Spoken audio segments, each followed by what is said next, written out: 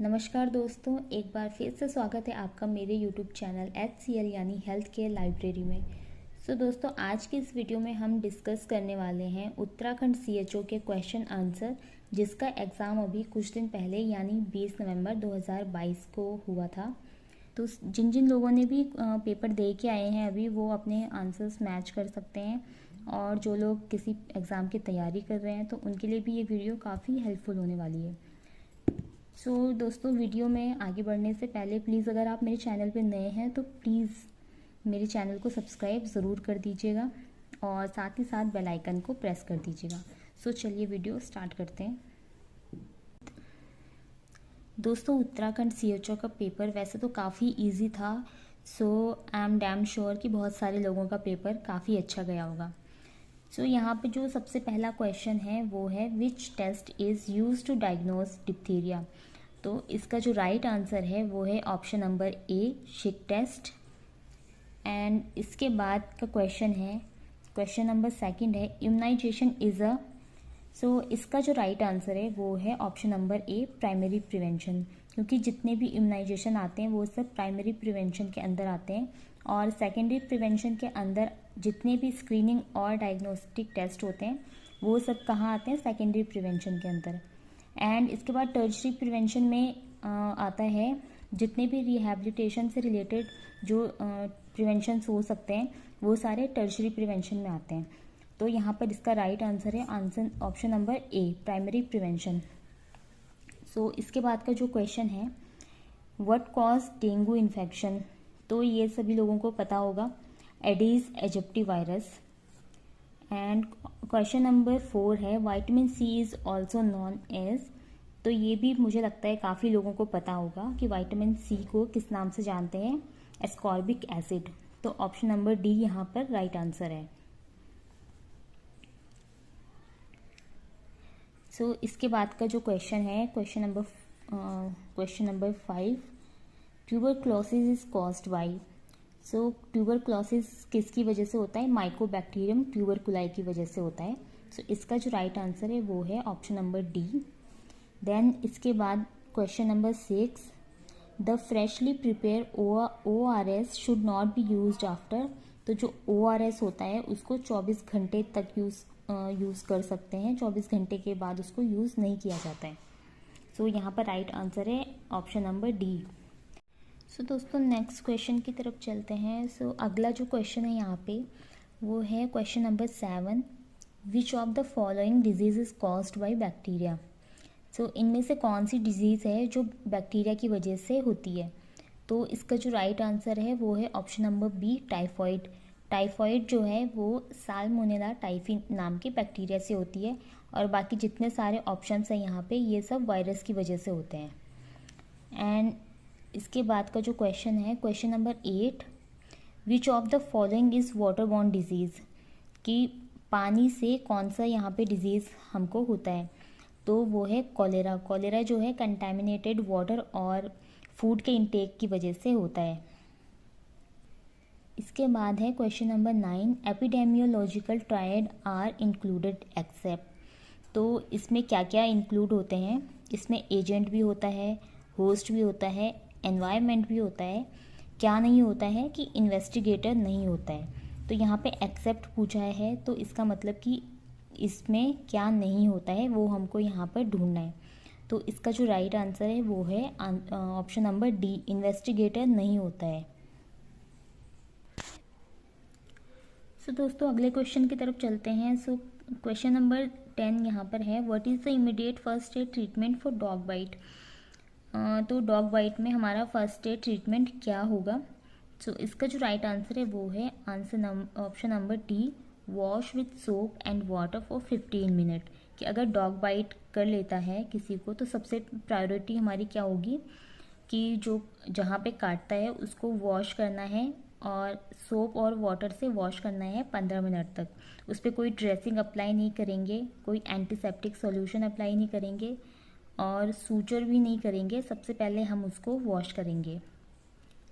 दोस्तों, आगे बढ़ने से पहले मैं एक बात बता दूं कि अगर आपको कहीं लगेगा कि मेरे आंसर्स गलत हैं तो प्लीज़ आप कमेंट्स कर सकते हैं, क्योंकि मैं भी आप लोगों में से एक हूँ, हो सकता है कि मेरे कोई आंसर मैं गलत दूँ। वैसे तो मैं 100% श्योर हूँ, मैं अपनी तरफ से पूरी कोशिश करूँगी कि मेरे आंसर्स गलत ना हों।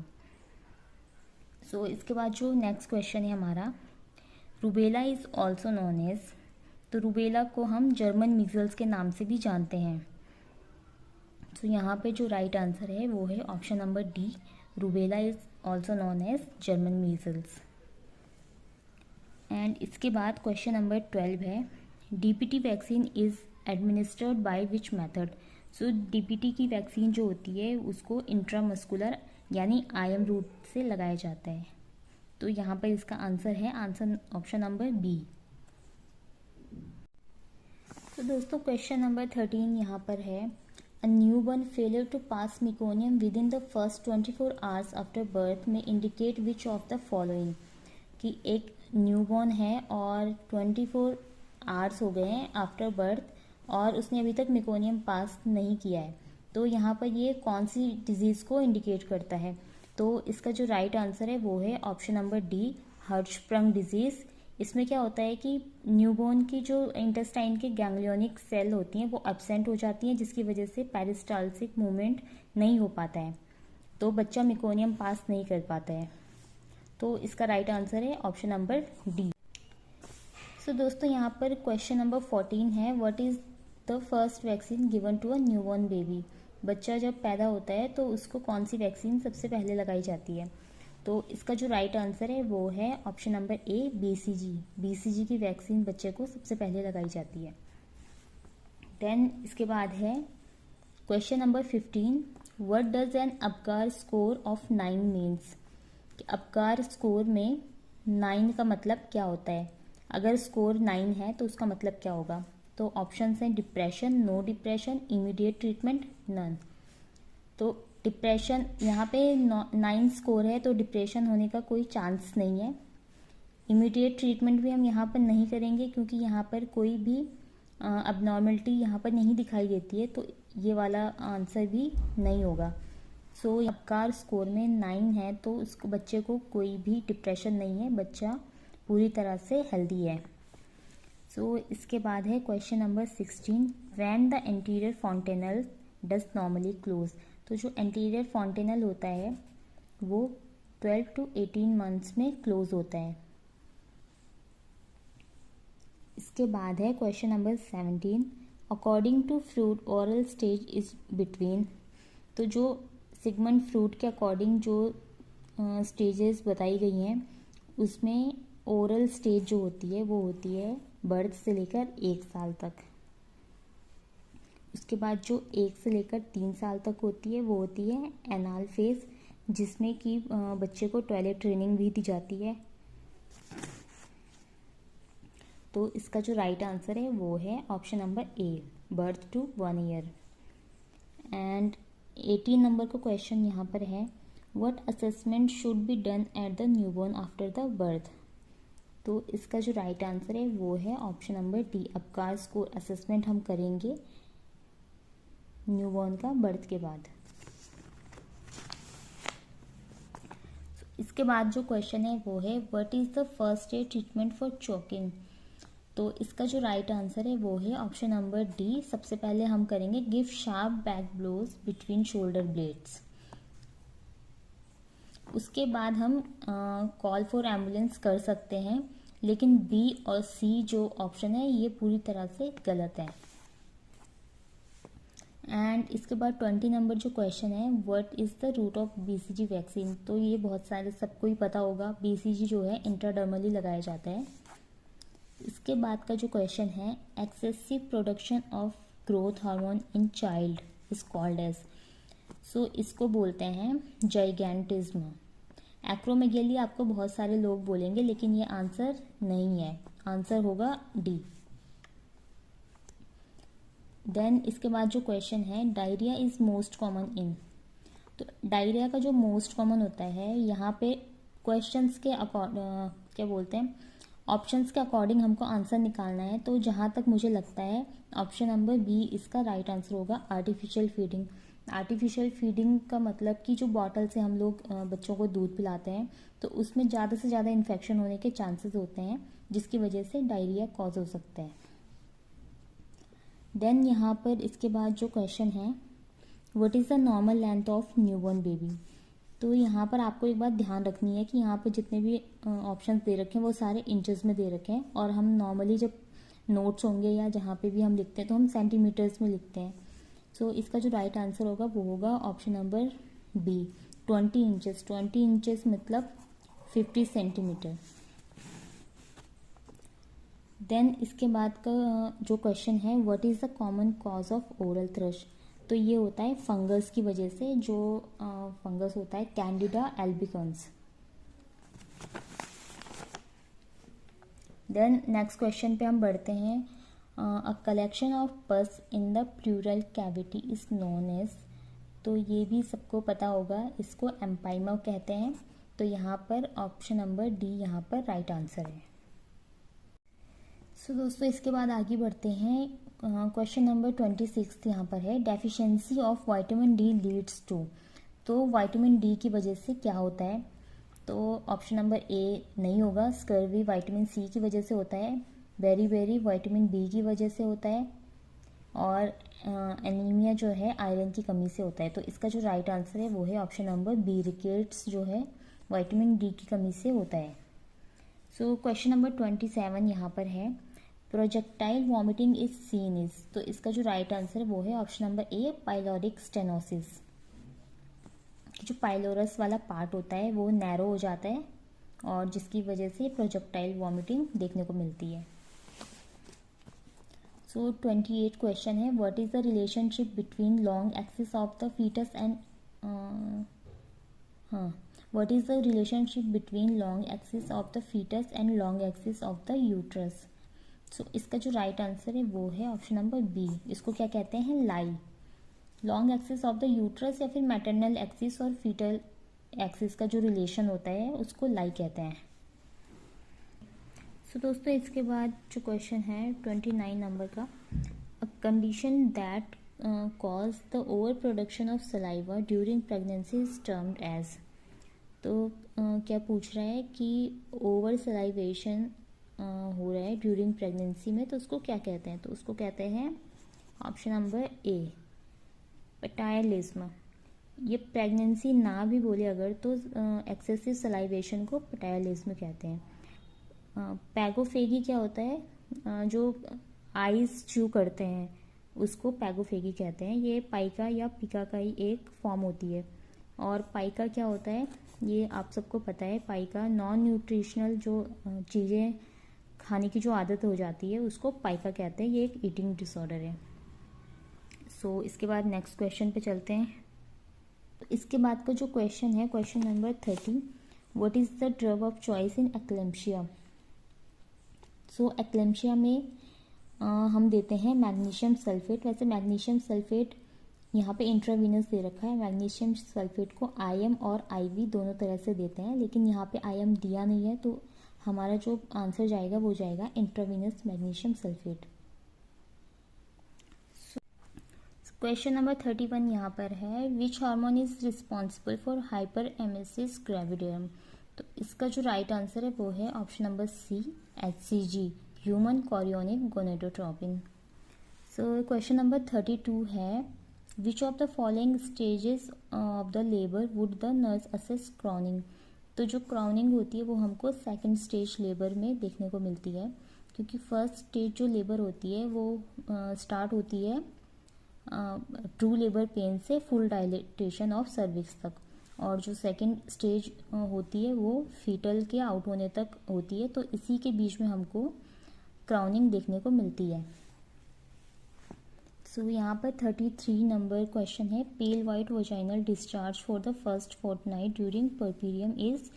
इसका जो राइट आंसर है वो है ए, क्योंकि आप लोकिया को RSA से याद कर सकते हैं। सो जो वाइट डिस्चार्ज होता है वो थोड़ा लास्ट में आता है, तो इसका आंसर हो गया लोकिया अल्बा।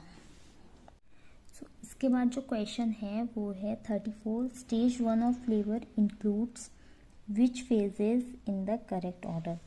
सो इसका जो राइट आंसर है वो है ऑप्शन नंबर बी।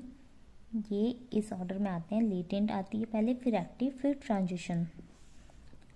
इसके बाद क्वेश्चन नंबर 35 है, the main sign of second stage of labour is.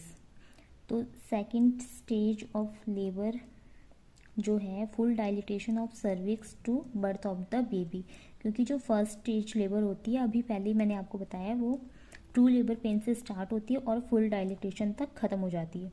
तो उसके बाद फुल डायलिटेशन स्टार्ट होता है और उसके बाद बेबी का बर्थ होता है, ये सेकेंड स्टेज ऑफ लेबर के अंदर आता है। सो इसके बाद का जो क्वेश्चन है 36, first fetal movement felt by mother is termed as. So जो पहली बार जो फीटल मूवमेंट मदर को फील होती है उसको कहते हैं क्विकनिंग, जो कि प्रीमी ग्रेविडा में फीमेल में 18 से 20 वीक में पता चलती है मदर को, और अगर मदर मल्टी ग्रेविडा है तो उसको 16 टू 80 वीक में फील हो सकता है। तो इसके बाद नेक्स्ट क्वेश्चन पे चलते हैं। नेक्स्ट क्वेश्चन यहाँ पे है, marked softening of the cervix. तो ये कहते हैं गोडेल साइंस। इसका जो आंसर है वो है ऑप्शन नंबर सी। इसके बाद क्वेश्चन है, the fertilisation of ovum in female takes place in. तो वो होता है फैलोपियन ट्यूब में, जिसको कहते हैं ओविडक्ट। तो यहाँ पर राइट आंसर है ऑप्शन नंबर ए। देन इसके बाद है, inflammation of uterine tube is. तो उसको बोलते हैं सल्पिंजाइटिस। तो इसका राइट आंसर है ऑप्शन नंबर डी। ये मुझे लगता है यहाँ पे ये जितने भी क्वेश्चन हैं ये सारे PR यादव के क्वेश्चंस हैं। और इसके बाद जो क्वेश्चन नंबर 40 है वो है, which of the following is the cause of inflammation of the urethra. तो इसका जो राइट आंसर है वो है ऑप्शन नंबर डी। देन इसके बाद है, blood and debris discharge from the uterus after the delivery is termed as. तो उसको कहते हैं लोकिया। तो इसका जो राइट आंसर है वो है ऑप्शन नंबर बी। देन इसके बाद है, a condition in which amniotic fluid index is 5 centimetre और लेस। अगर एमनियोटिक फ्लूइड इंडेक्स 5 सेंटीमीटर है या उससे कम है तो ये होगा ओलिगोहाइड्रोमिनियाज। देन इसके बाद है question number 43, the constant phase in menstrual cycle is known as. तो ये भी मुझे लगता है काफ़ी लोगों को पता होगा, ये होती है ल्यूटियल फेज। देन है, oxygenated blood enters the fetal circulation from umbilical vein through. तो जो फीटस में जो अम्लाइकल वेन के थ्रू जो ब्लड फीटस में जाता है वो जाता है डक्टस वेनोसिस के थ्रू। देन है, fear of height is termed as. तो फियर ऑफ हाइट को जो टर्म दिया है वो है acrophobia. The most common cause of dementia is, तो वो होता है Alzheimer disease. False fix belief is called as. इसको कहते हैं डिल्यूजन। तो यहाँ पे राइट आंसर होगा option number B. Then question number 48 है, what is the most common mental disorder in suicide. तो जो डिप्रेसिव पेशेंट होता है, जो पेशेंट डिप्रेशन में होता है, वही क्या करता है, सुसाइड करता है जब सीवियर डिप्रेशन हो जाता है पेशेंट को। देन है 49, hallucination is a disorder of. तो हेल्यूसिनेशन जो है वो परसेप्शन का डिसऑर्डर है। देन इसके बाद है क्वेश्चन नंबर 50, इनवॉलेंट्री रिपीटेशन और limitation of another person's action is known as. तो इसको कहते हैं इकोप्रेक्सिया, कि आप एक आदमी जैसा एक्शन करता है तो जो पेशेंट होता है वो भी उसके जैसा ही रिपीट करता है, तो इसको बोलते हैं इकोप्रेक्सिया। सो दोस्तों, ये आज के कुछ 50 क्वेश्चंस मैंने इसमें अटेम्प्ट किए हैं। क्योंकि वीडियो बहुत ज़्यादा लंबी हो रही है तो मैं कोशिश करूँगी कि मैं वीडियो का सेकंड पार्ट आप लोगों के लिए लेके आऊँ, जिसमें बाकी के 50 क्वेश्चन सॉल्व करूँगी। सो तब तक आज की वीडियो में बस इतना ही। अगर आपको वीडियो पसंद आई होगी तो प्लीज़ चैनल को सब्सक्राइब करते हुए जाइएगा, और आई होप ये वीडियो आपके लिए काफ़ी हेल्पफुल होगी। और अगर आपको कोई लगता है कि मेरे कोई आंसर्स गलत हो सकते हैं तो प्लीज़ कमेंट बॉक्स में ज़रूर बताइएगा। सो इसी के साथ ही take care and good bye.